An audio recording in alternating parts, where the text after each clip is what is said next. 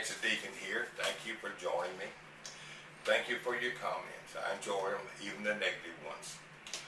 If you are watching me on Lone Star 1776 channel, please be advised that I have my own channel, TheTexasDeacon, of course. And if you're watching me on my own channel, please check out Lone Star 1776. He has a lot of very good stuff on that. Please feel free to share any of my videos.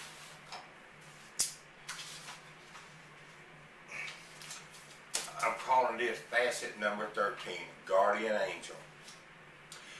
Now, we've heard the term guardian angel all of our life, but it does not appear in Scripture, but there is numerous places where the guardian angel does appear.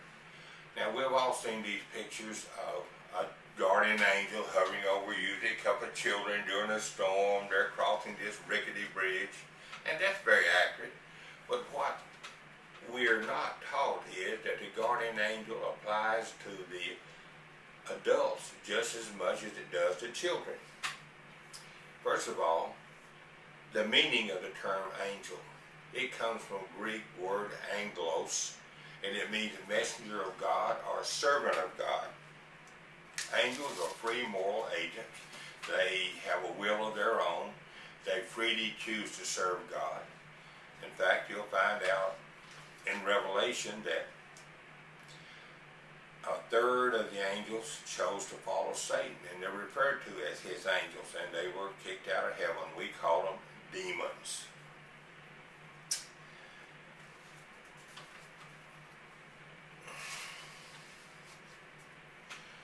The origin of angels. Yes, we know where we got the name, so now we're going to check out the origin. And we're going to Genesis 1:31 and Genesis 2:1, they're right together. Then God saw everything that he had made, and indeed it was very good. So the evening and the morning were the sixth day. Thus the heavens and the earth and all the host of them were finished. So there where we got angels. God created them in the very beginning. In the book of Luke, chapter 4, verse 10, I had that marked. I'll have to find it. Wait a minute, I wrote it down here. Sorry about that. So we'll have to look it up. It says, he shall give his angels charge over you to keep you. Now, when you read that, you're going to find out that it was Satan and Christ that were having a conversation. But we have as much protection from the angels as Christ did. Almost. How do you get guardian angel protection? Very simple. You become a Christian, a heart-speaking Christian, a heart-believing, not a lip-service Christian. Christianity is a commitment you have to make, and it's a 24-hour day, 365 days a year commitment, 366 on leap year. Many so-called Christians treat their Christianity the same way they treat their job. They clock in at 8 in the morning, clock out at 5, they forget about it till the next morning. Clock in at 8, out at 5.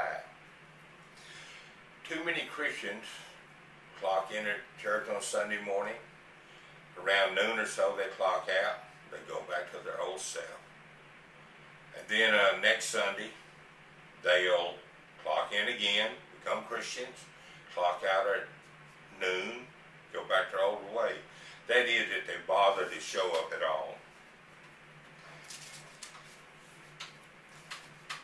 They will stand before God and give an accounting for such activity as that. I'm going to cut you a little slack right now. That's something I don't do very often, because I too will have to stand before God and give an accounting if I am too lax or too gentle with you. Cutting your little slack is an old term of being a little easy on you. The reason that a lot of people, reason that Christians do not have an understanding of their guardian angel and what the guardian angel is in your life or can be in your life. Number of reasons. First of all, you haven't studied Scripture enough. Second, not too many Sunday school lessons are built around guardian angel. I've heard, I can't remember ever hearing a pastor preach a sermon on guardian angels. I'm sure they have, but I just missed it.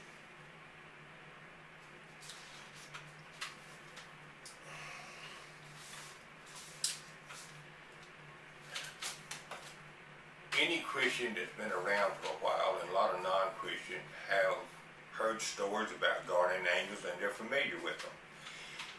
We all know about Meshach, Shadrach, and Abednego in the fiery furnace where an angel was in there and protected them all night long. We know about Daniel in the lion's den where an angel came in and kept the lions from eating him, kept their mouths shut. That's in chapter 6 of the book of Daniel. My favorite one is about Lot, and it's in Genesis, and you got to read it. Because Lot is so representative of so many people today. Genesis 19, 15, and 16. Get out of it, guys.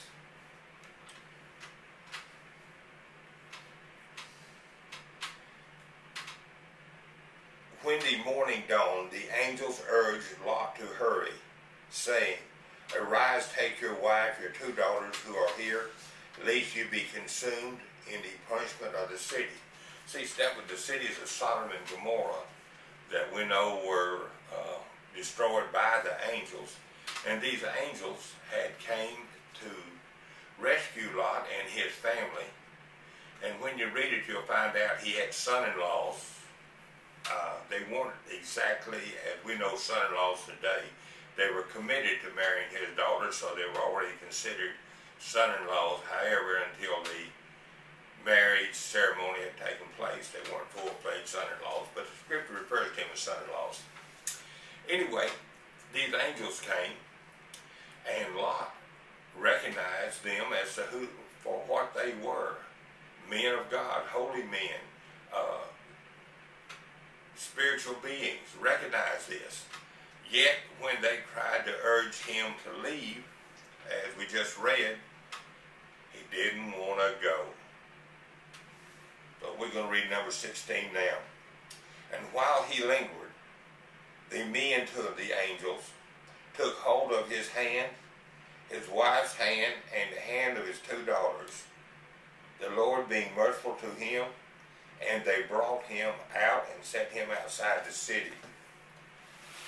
They literally had to drag them out of town, or they would have stayed there and been consumed. Is that like anybody you know? Bad situation, they stay right in the middle of it. Too much of that going on.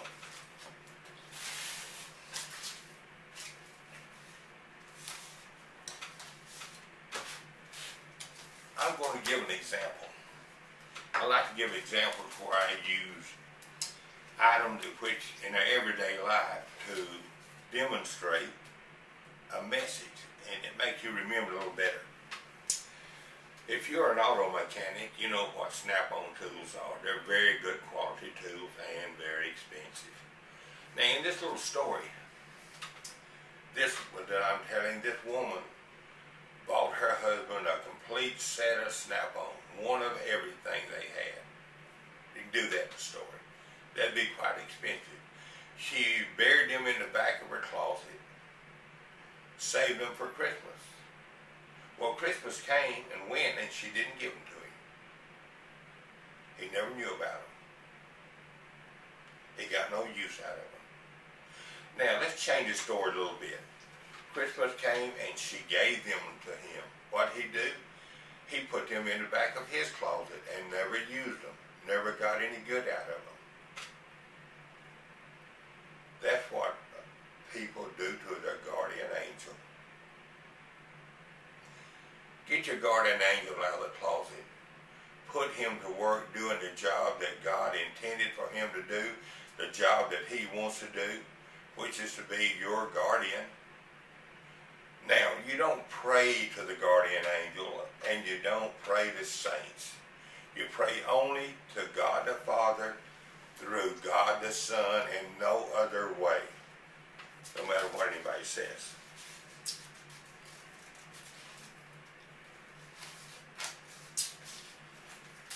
The lessons that I give are short, and I intend them to be short because a lot of people don't have a lot of time to sit down and listen to 30 minutes, 45 minutes, an hour lesson.